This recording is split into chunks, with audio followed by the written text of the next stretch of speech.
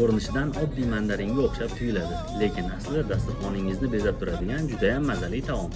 Ushbu retseptni saqlab qo'ying va yaqinlarga yuboring. Biz esa boshlaymiz. Birinchidan biz barcha kerakli narsalarni buyurtma qilishimiz kerak. Yandex.Go'ning do'konlar bo'limida buyurtma berishda makro do'konlarida mandarin va tovuq go'shtiga 40% chegirma amal qiladi.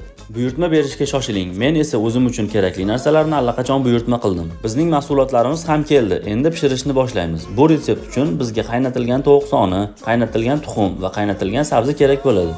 Son va tuxumni o'rtacha kattalikda kubik shaklida to'g'raymiz. Pishloq va sabzini qirg'ichdan chiqaramiz. Keyin barcha mahsulotlarni aralashtirib, mayonez va tuz qo'shamiz.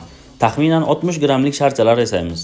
Oziq-ovqat plyonkasi ustiga qirg'ichdan o'tkazilgan sabzini doira shaklida qo'yamiz, o'rtasiga sharchamizni qo'yamiz va hammasini qirg'ichdan o'tkazilgan sabzi plyonkasi bilan yopamiz.